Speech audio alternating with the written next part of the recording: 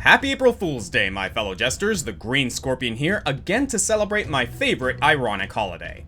And as always, I prefer not to use this day of misdirection and mayhem as an excuse to slip out a half-baked joke at the expense of my audience, but instead to put my usual amount of effort into something a little more light and silly.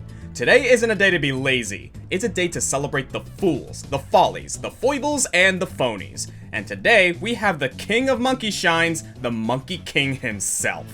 This has been a running joke on my channel since my top 50 favorite games countdown, where I said this: if I ever want to do a top 10 Minotaurs, top 10 Fencers, or top 10 versions of Sun Wukong, I know where I can find at least one entry. I meant this as a throwaway line, but quite a few comments cropped up saying, hey, that Sun Wukong countdown actually sounds pretty cool.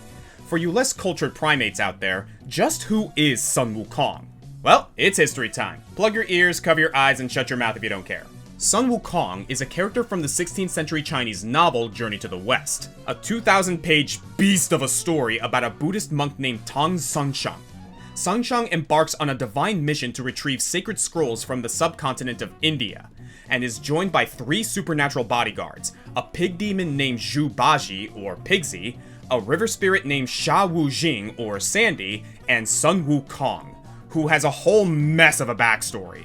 He's an anthropomorphic monkey born from a stone egg. He became the king of monkeys on the Flower Fruit Island, learned a slew of magical abilities from a Taoist master, stole multiple magics that made him immortal, the list goes on. Finally, he was trapped by the Buddha himself and forced into Sunshang's service with a magical metal headband that Sunshang could shrink on a whim to keep the Monkey King under control. The journey was a mostly episodic trip down the Silk Road, with most problems being solved by Sun Wukong himself and his myriad of abilities. And the character was so popular he became a fixture of Chinese fiction and culture, held in the same regard as other trickster gods like Loki from Norse myth or Coyote from Mesoamerican fables, and he served as an inspiration for many characters in East Asian media, perhaps most famously Son Goku from Dragon Ball. So for this list, we're gonna celebrate these Monkey King lights, as TV Tropes likes to call them. We'll be considering any character who displays some combination of Sun Wukong's qualities: his ability to fly on clouds, control fire and other natural elements, create duplicates of himself from his hairs and transforming into anyone or anything, his constant need to prove himself through fighting, stealing, and winning, whether it's against common animals or all-powerful deities. There's also the iconography, including his tail, fancy headband, and indestructible shape-changing staff. And if he's a monkey, all the better. But that's not a deal maker or breaker. I'm more so interested in clever ways to reference this famous Chinese travelogue. But don't take the point system too seriously, because Sun Wukong certainly wouldn't. And with that, enough monkeying around. I'm the Green Scorpion, and this is my top 10 characters inspired by Sun Wukong. From video games. Sorry, Goku.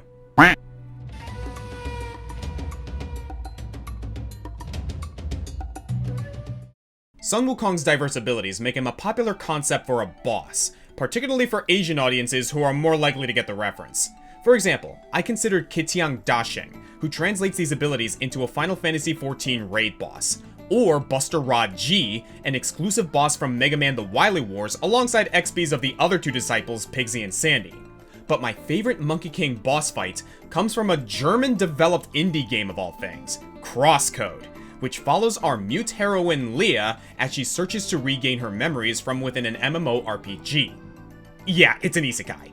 Leah's quest takes her to the Grand Kriskajo Temple, and as she climbs, she is observed by the temple's caretaker, an anthropomorphic monkey called the Son of the East, and it doesn't take long to see the inspiration.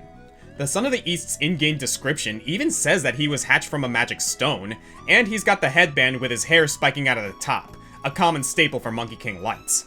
What I like about this fight is the pacing, each of the 3 phases introducing another facet of the Monkey Man that relates to the story. In Phase 1, he quickly demonstrates his mastery with the staff, spinning it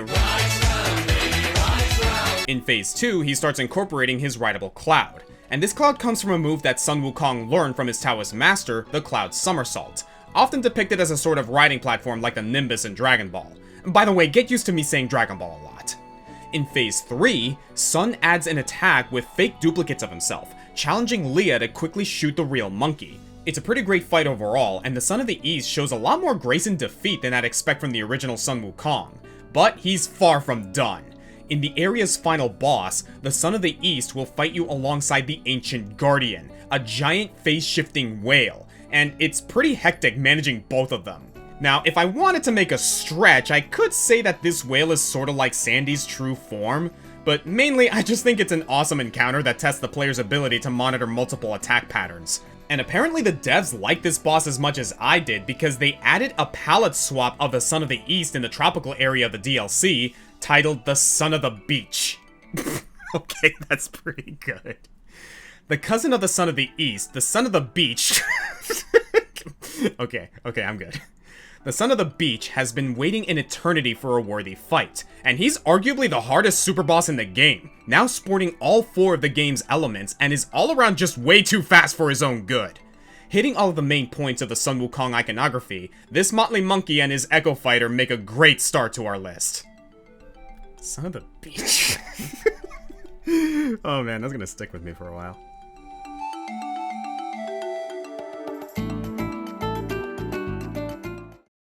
So that was pretty cut and dry. So let's try something a bit less on brand. Whoa, that's a chunky monkey.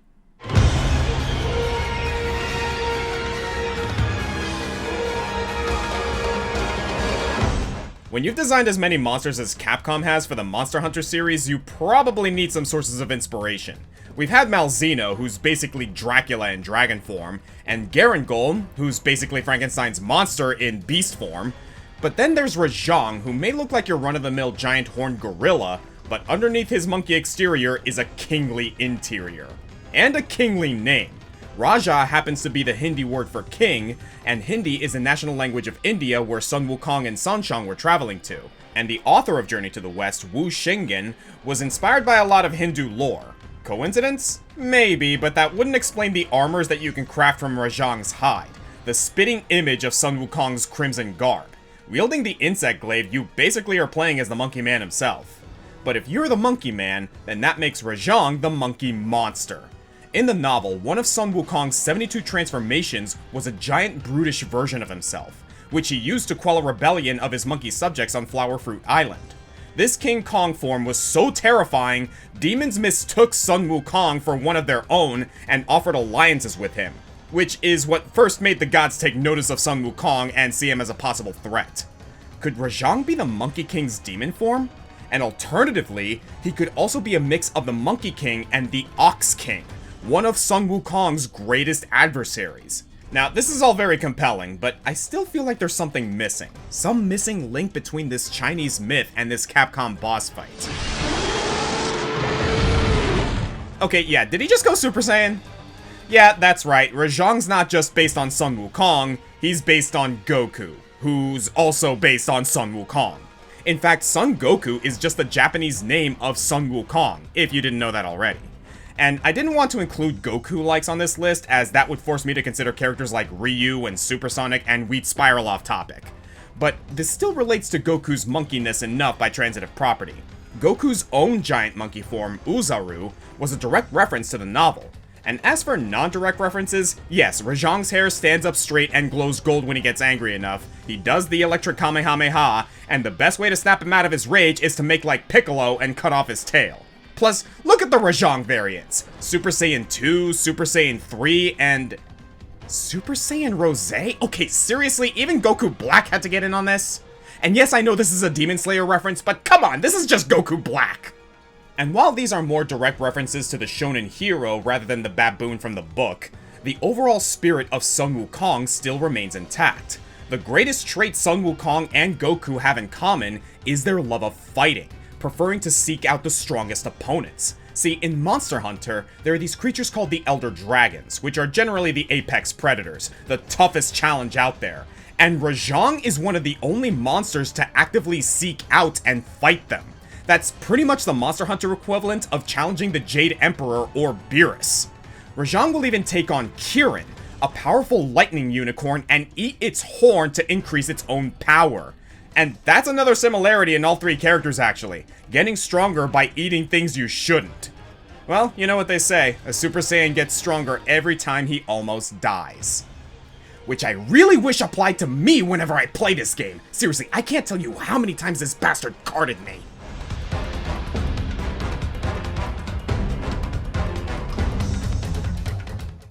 Let's focus on some smaller monkeys going forward. In fact, this next monkey monster can fit in your pocket.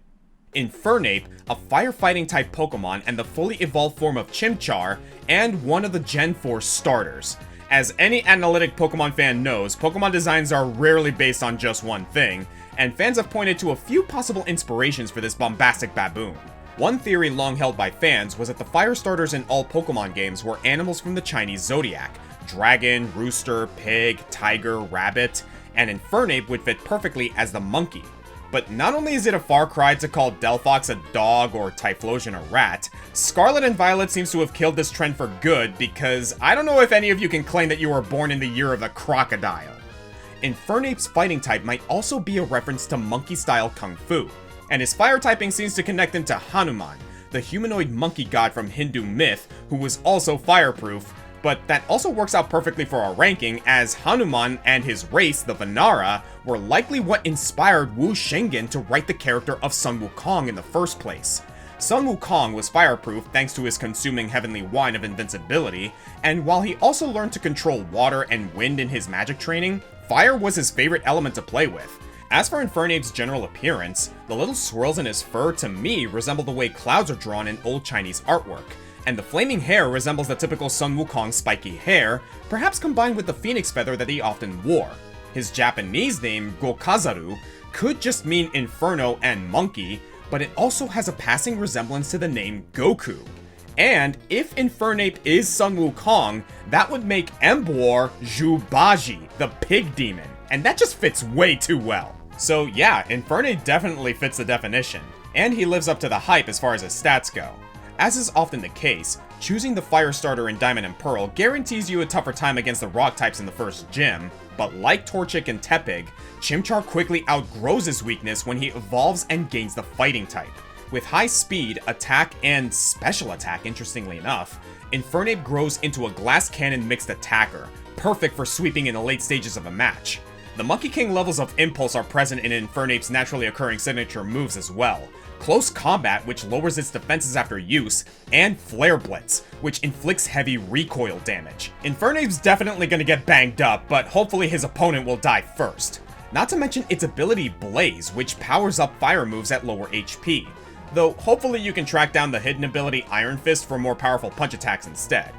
Blaze honestly isn't all that good, but you wouldn't know that from watching the anime, where Ash's Infernape is basically the second coming of Charizard.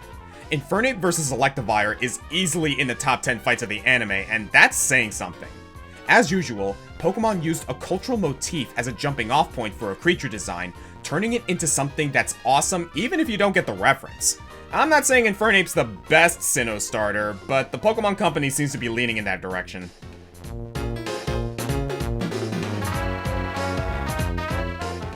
Now I know what you're thinking. All this talk of Chinese literature and history, where's the Dynasty Warriors entry? Very astute, my hypothetical audience member, to which I say, wow, racist! Not all Chinese history is connected, you know.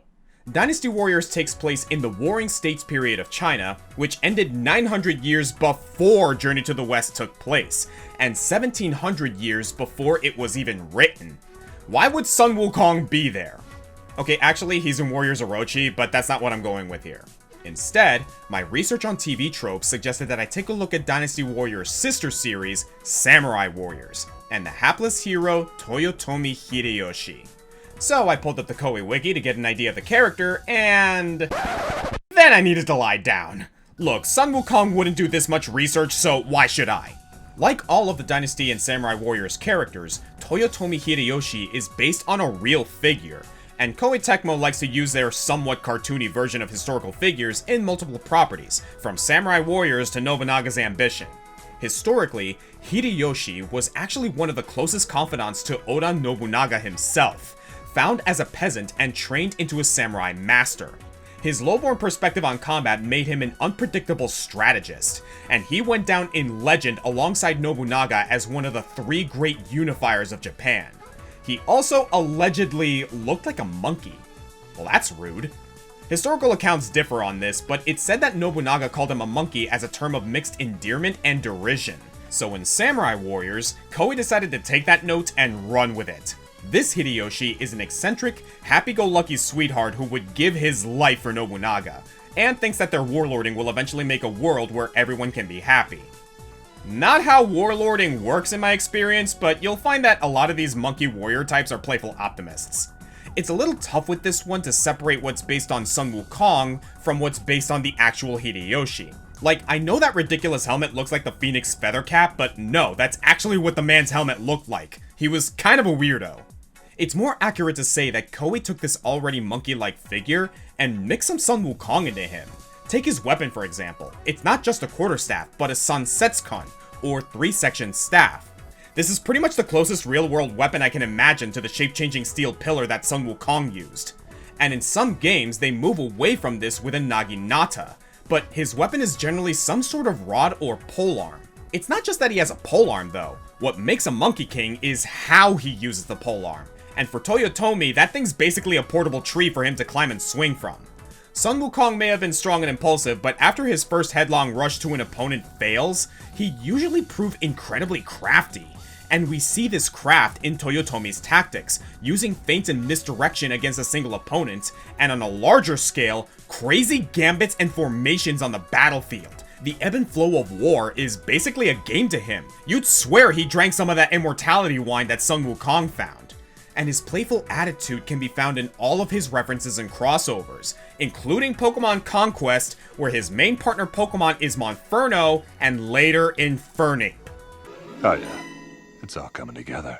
Combining a Japanese historical figure with a Chinese literary figure, Hideyoshi is a certified monkey man and a master of guerrilla warfare. Ugh, that one hurt. No time to rest! My dreams await me! Come to think of it, this list could almost double for a Weapons Month installment. If I ever did a top 10 staff wielders, I'd have quite a few Monkey Kings applying. This might just be me, but the first staff wielding character I usually think of is Kilik from Soul Calibur. In a fighting game where most people wield some sort of blade, Kilik speaks softly and carries a big stick, and that extended range makes him a favorite for newcomers. But aside from the staff, there's not a lot connecting Kilik to Sun Wukong. Fortunately, Soul Calibur 5 gave us another staff wielder, and although he's not as popular, he's much more monkey-like. Chai Xiba is the secret love child of Kilik and Xianghua, sent away to live in a monk monastery where he ironically learned the same Ling Shengsu fighting style as the father he never met. What a twist! But while Kilik was a wise, serious, emotionally tortured character, Xiba is an absolute goofball. He loves food, he has fun fighting, and that's kind of it for him. He's a pretty flat character, but to be fair, Sun Wukong isn't necessarily complex. Food, fighting, fun. A member of the new generation of Soul Calibur fighters, Xiba is on a quest with Maxi, Leixia, and Natsu to track down Kilik, which the game's wiki refers to as a journey to the west. Okay, Namco, really? I guess Maxi as the leader would be Sanshang, with the 3 kids as his disciples. Though I don't see Leixia or Natsu representing Pigsy or Sandy at all. The parallels kind of end at Xiba, but there are a lot of them. Take his outfit for example. Tiger stripes? Isn't Sun Wukong a monkey? Well, this is actually another direct reference to the myth, as when Sun Wukong decided that he was a sophisticated simian who wanted to wear clothes, so he effortlessly defeated and skinned a Bengal tiger, whose pelt you can see in many depictions of the character. But Shiba's Wukongness comes out most in his fighting style, borrowing from Kilik's moveset but adding in some eccentricities. You got Rising Monkey, where he balances on his staff like a macaque on bamboo, Shanga Punishment, which ends with a funny head bonk, and Kong's Ryu Bangtail, which... dude, that cannot be comfortable to pull off. All of these moves suggest that Xiba likes to have fun when he's kicking ass, getting under his opponent's skin with his immature but effective antics. And this culminates with his critical art, Kong's Dance of Qitiang Da Sheng. And yes, viewer, you did hear that name before. A+ for you, gold stars. Qitiang Da Sheng was also the name of that Final Fantasy XIV boss, as well as the Dragalia Lost character, rest in peace, and is the title Sun Wukong gave himself when the gods wouldn't give him a better one, translating to the Great Sage, Heaven's Equal. I wouldn't say Shiba's quite worthy of that lofty moniker, but he is worthy of the reference. He's certainly a great way of adapting a Monkey King moveset onto a more down-to-earth, non-superpowered character. I don't know if we'll ever see these newbies from Soul Calibur 5 again. They were so unpopular that Namco rebooted the timeline for 6, But Xiba will continue to live in my memory as Keelik's weird monkey boy of a son. Man, do I love me some steam buns! Oh yeah! Xiba and Hideyoshi represent the skills of the Monkey King in what's meant to be a normal human. Maybe a smidge superhuman though, Hideyoshi fights a lot of people at once, but I'm still not getting that insane power trip I want to feel from being a Monkey King.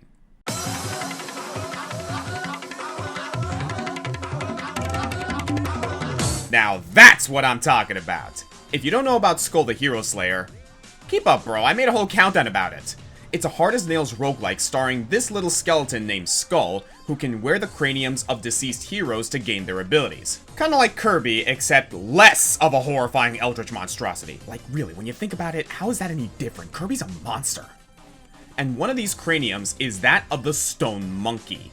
This might stretch the definition of characters based on Sun Wukong, because it's not Skul himself who's applicable, it's just this one power set. It'd be like if I ranked Staff Kirby from Star Allies. Yeah, did you remember that he had a Wukong ability? The staff extends and everything. In the case of Skul though, by the rules of the lore, the Stone Monkey must be Harmonia's version of Sun Wukong, who's dead now. And now I have his head. Just go with it, okay? Stone Monkey, as you might recall, was my 10th favorite Skul on my list, and for good reason. He's fun to look at, I love the theme, and he kicks a lot of ass.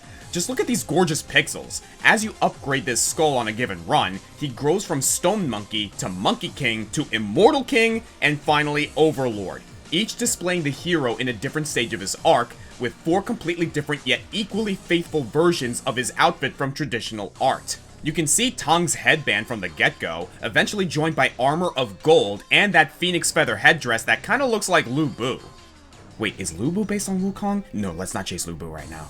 Each of these phases comes with a short description that lines up the phases of the story. And this presentation is matched by a zippy and satisfying moveset. Stone Monkey is a speed Skul, appropriately enough, with a pretty tough 3-hit combo using his staff, and a number of abilities to lay on the hurt like Xiba if he watched more anime.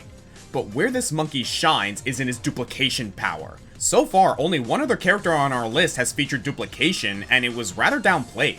In his first form, Stone Monkey can drop clones that will attack nearby enemies, and in his final form, they copy his basic attacks and special abilities, meaning that you can beat up a boss in melee from the other side of the room, and 20 other enemies while you're at it. On top of that, concentrating can extend the size of the staff, giving all of your shadow clones extra reach. And every time you swap into Stone Monkey, he does a little air dash on his Zephyr Cloud, and at higher levels this drops even more clones until you flooded the entire screen with furious facsimiles of yourself, all spinning like windmills in a hurricane. For what is perhaps the most important ability in Wukong's repertoire, this game comes closest to reaching its destructive potential. You get a good snowball run with this Skul, and you'll see why this one monkey army made the gods nervous. Put enough monkeys at enough typewriters and everything will die eventually.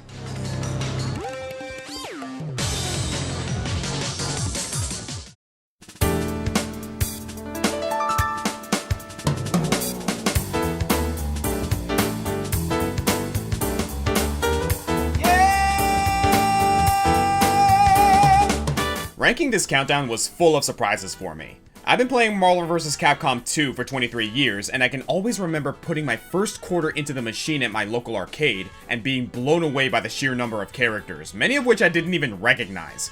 In fact, 3 of them I couldn't have recognized, as they had been created for this game specifically. The Pirate Queen Ruby Heart, the Cactus Man Amingo, and the Monkey Girl Sonson. I knew she'd be in the running for the list, but it wasn't until I started researching that I realized that she'd be in the top 5. And so, I wanna take you for a ride. But first I'm gonna take you back to the past. In 1984, Capcom released Sonson, an arcade run-and-gun based on Journey to the West. And unlike, say, Kid Icarus, who uses its Greek myth loosely as a backdrop, Sonson is actually fairly detailed with its premise.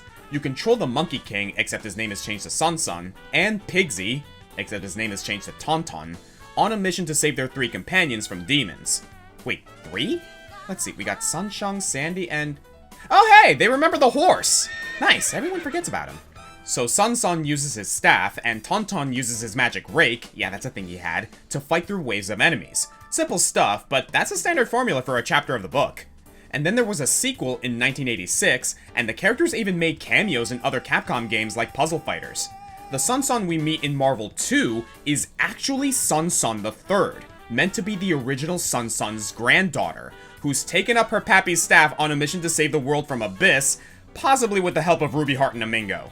So that's the background, but what won me over on this character was watching her in action. She was never high tier, not helped by being an obscure reference that no one cared about, but once you understand her, you realize that her moveset is chock full of loving references, not just to the 80s arcade game, but to the 16th century novel as well. In the arcade game, when Sonson lost a life, he would respawn on the Zephyr Cloud to get back onto the stage, and here, this serves as Sonson's air dash. She also has a range special where she blows some of her hairs like a dandelion, only for them to transform into a mob of mini monkeys. That's a detail a lot of these characters don't bother with, that Sun Wukong's copies were made from strands of his fur. For her hyper combos, we got the one where she transforms the staff into a full palace pillar, another where she goes all Uzaru mode, and a third where she turns the enemy into a peach, or some other fruit, and devours them until they're nothing but a seed. In the arcade game, there was a Pac-Man style screen nuke that turned all enemies into edible peaches, and if you go further back, fruit, especially peaches, hold a special place in the original story. As a monkey, Sun Wukong didn't like cooked meats, he mostly ate fruit. In fact, part of the reason he's immortal is because he stole all the magic peaches from a goddess prize orchard. So seeing that incorporated into a hyper combo is just the kind of silliness that I love to see in Marvel. But my favorite deep cut is the command grab, where the enemy is sucked into a gourd and boiled for a moment. This gourd, and the fan she uses to stoke the flames, are 2 of the 5 treasures that Sun Wukong stole from the gold and silver horned demon brothers in a chapter of the book. To think that so much thought was put into possibly the least remembered character of the game's roster, and she was never seen again. I'm starting to think that Sonson was sucked into that gourd herself. Let her out, Capcom! Put her in another Capcom Versus! If we had more fun picks like this in Infinite, people might still be playing it.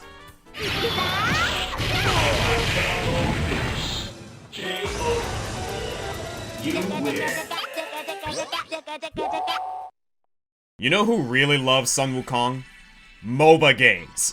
Multiplayer online battle arena, more like Monkey Overlord battles all. Probably because most of them are owned by Tencent, which is in fact a Chinese company. This genre of team-based toxicity fuel has so many Sun Wukong stand-ins that they would have taken up half the list. So to spare you all of that, I decided to just plot them all in one entry. Believe me, it's better this way. Dota All-Stars, the modded game mode in Warcraft 3, and in many ways the first MOBA, featured a character called Azraith the Phantom Lancer. His stick was pointier and his features were more feline, but all of his abilities revolved around making copies of himself. He could turn invisible and leave a copy as a decoy, his attacks randomly spawned copies, his projectiles spawned copies, and every time the game lagged, he spawned more copies. Not a definitive inspiration, but enough similarities to our prankster hero. When Valve bought up the concept of Dota, fans had a long wait for the full legitimate Dota 2, but in the meantime, a couple of other games moved in to fill the void, all with their own concept of a multiplying polearm master. Heroes of New Earth achieved this with Monkey King, yeah, they went right for it, and League of Legends produced Wukong, both characters technically original, but very forthright about their mythological inspiration. Phantom Lancer returned in Dota 2, but Valve went a step beyond with another hero, Sun Wukong, who has the same backstory as the literary Monkey King, other than having characters like Buddha swapped out for their own universe as gods. In Smite, on the other Buddhist palm, it's 100% the chimp from the story. Come on, Sun Wukong would never miss out on an all-gods smackdown. No Wukongs in Heroes of the Storm, though Samuro has a pretty recognizable skin. And I know this isn't a MOBA, but where else am I gonna mention it? There's a Wukong frame in Warframe. People are always asking me to talk about this game, so his suit makes a little clone of itself. There, I talked about it. While the broad strokes of each of these characters are pretty similar, with stabs and copies, each chimp champion has a little something about them that makes them special. Dota 2's Wukong can jump on treetops to survey the area, Smite's can actually transform into different animals to up his mobility, and his ultimate has him riding his cloud for amazing escape potential. League of Legends is naturally the one I'm most familiar with, and I think it does a good job creatively referencing the original without being identical. For instance, his race is called the Vastaya, like the creatures from Hindu myth, and his journey sees him learning his powers from Master Yi, in the same way that Sun Wukong learned to transform and fly from his Taoist Shifu.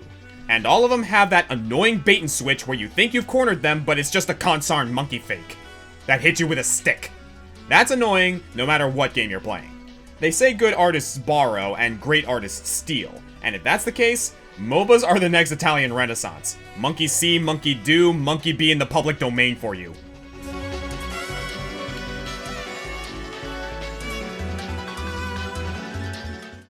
Well, I think we've about peaked when it comes to book accuracy, but not when it comes to adaptation.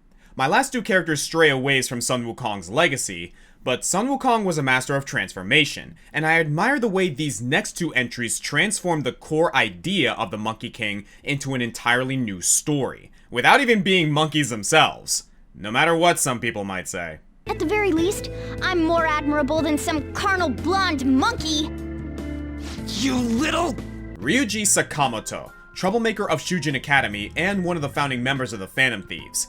At a glance, this will seem like the most ancillary inclusion to the list, but bear with me and you'll see that the heart of Sun Wukong beats deep within our bleach blonde boy. Sort of literally. Ryuji is the first friend Joker makes at Shujin during his year-long probation, and immediately the teachers warn Joker not to befriend him. Ryuji is the wrong crowd, so they say, the problem student. But you quickly learn that his bad reputation was instilled by a megalomaniacal gym teacher. Ryuji's chances at sports stardom were dashed, and even worse, he was ostracized by everyone as a problem child. A sad backstory, but one that sets him up perfectly to become a Phantom Thief. Each Persona game has a theme to the party members' personas. In Persona 3, they're all inspired by Greek myth, Shinto myth in Persona 4. But 5 goes for a more thematic pattern, making all the team's personas into famous ne'er-do-wells, particularly ones who've rebelled against a major power. When Ryuji confronts the shadow of Kamoshida, the man who ruined his life, Ryuji embraces the aspects of himself that he thought he hated, and his persona manifests. The spirit of rebellion takes the form of Captain Kidd, a 17th century privateer who was unjustly tried as a pirate. But that's far from the end of Ryuji's character growth. See, Ryuji is often seen as a stupid character, obsessed with girls and bad at school. He's often referred to as a monkey. First in Kamoshida's palace, where the teacher's library has him listed as a vulgar ape, and often by Morgana to get under his skin. This is chalked up as a negative trait, but I see it as a positive one, and I think the game agrees with me. Yeah, he's got base desires, but cut him some slack, he's a teenager. And he can be clever and thoughtful when he wants to be. The only problem is that he's hot-headed and impulsive, always the first one to act when he sees something is wrong with the world. He has no tolerance for bullshit, and no filter for his retorts. So if you complete Ryuji's social link, he learns to understand himself better, and his persona evolves to become Seiten Taisei, which is the Japanese translation of Kityang Dasheng, the self-given title of Sun Wukong. Now, Persona 5 Royal added another tier that saw his persona changing back into a pirate, but for Vanilla P5 at least, this was the purest, most complete representation of Ryuji's soul. Not just a monkey, but the Monkey King. See? Told you we'd get there. And with that in mind, a bunch of smaller similarities come into focus. Ryuji's weapons, for instance, are all clubs, not too dissimilar from a staff. His posture is a bit simian-like, as is his walk cycle, possibly due to a previous injury. His skull mask emphasizes his forehead in a rather primate way.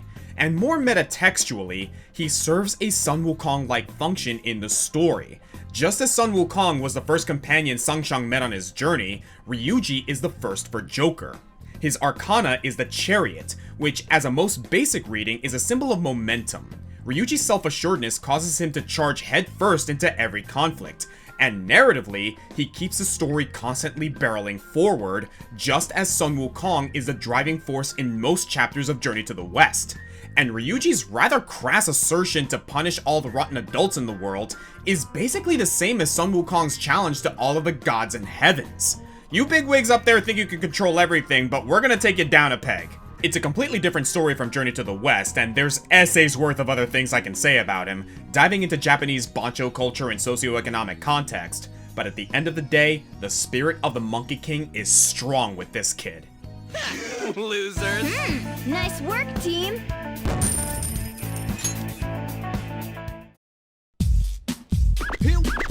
Here we go. And finally, he's here for you. He's the last member of the Wukong crew.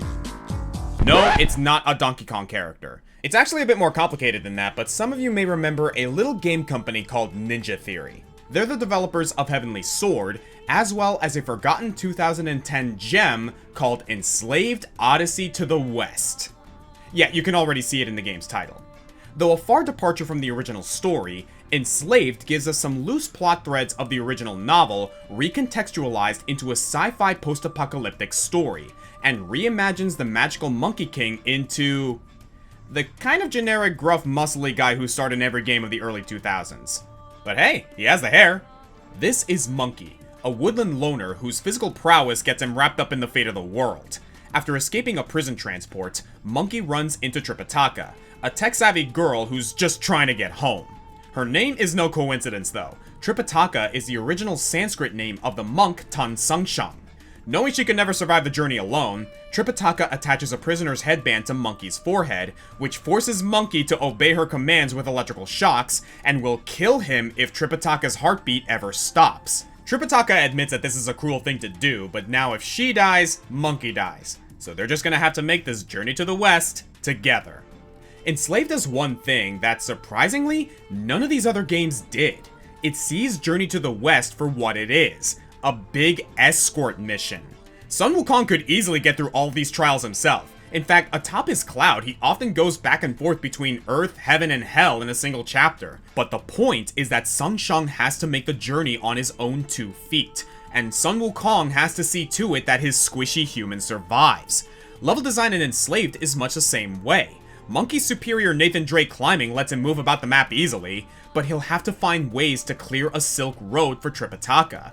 This is, in spirit, the closest thing to Sun Wukong's actual experience, the trial that earned this talking monkey his own Buddhahood.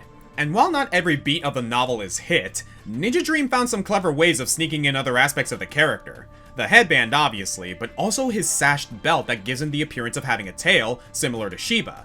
Both his weapon and mode of transportation play a part as well, just sci-fi it up. His gun lance still changes shape with its hydraulic pistons, with the added bonus of firing rounds, maybe as a stand-in for Wukong's elemental magics. And the Cloud is a fancy hoverboard that he can use to scout ahead in dangerous terrain. No transformations, but there is a sort of duplication. It's just given to Tripitaka as a holographic decoy that she can drop to get out of tight spots. The first time we see Monkey, he's hatching out of an egg-shaped holding pod. The first encounter that gives him any sort of trouble is a robotic tiger. And even Pigsy makes a major appearance as a hybrid antagonist and ally on Tripitaka's pilgrimage. And side note, Monkey is played by the one and only Andy Serkis, who might be an actual monkey. This guy's amazing. Do you think you could tell me what the plan is? To get you home as fast as possible so that you can take this thing off my head and I can break your neck. And then... Yeah, I know what you meant. But my reason for putting Monkey and Ryuji at the top is the ability of actual dynamic storytelling. Fighting game and MOBA characters, Musou characters and roguelike movesets, bosses and Pokemon, these are all great. But Monkey and Ryuji are the only characters on this list who are given room to develop and grow over the course of the story, and while the Wukong symbolism is a great detail to characterize Ryuji internally, Odyssey to the West is a game that's not just inspired wholly by Sun Wukong's journey, but is able to comment and offer something back to it. The idea that, yeah, Sun Wukong's enslaving headband was kind of messed up, and how that might affect the relationship between him and, without mincing words, his captor.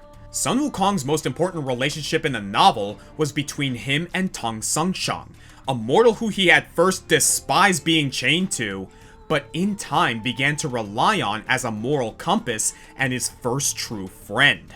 Luckily, Enslaved is only an 8-hour game, so they move pretty quickly through the uncomfortable slavery aspect, but Monkey and Tripitaka's relationship is at the heart of this criminally overlooked game. Their rapport grows from cautious allies to genuine friends as they come to understand each other and challenge each other's worldviews, eventually leading to a bit of a romance. That certainly wasn't in the original text. Do you think they had fanfiction in Imperial China? Oh wait, yeah, they did. Romance of the Three Kingdoms. Well, it may not be the Buddhist scriptures, but I'm happy to have made the journey and brought you a rare game that people have slept on. Check it out on Steam, it's pretty cheap there. And let me know if there are any other Sun Wukongs that I may have missed. I'm the Green Scorpion, and this character's omnipresence in media is no coincidence. In fact, just recently, an extremely faithful-looking adaptation called Black Myth Wukong was just announced. So, come next year, this video will be completely dated. Guess the joke's on me.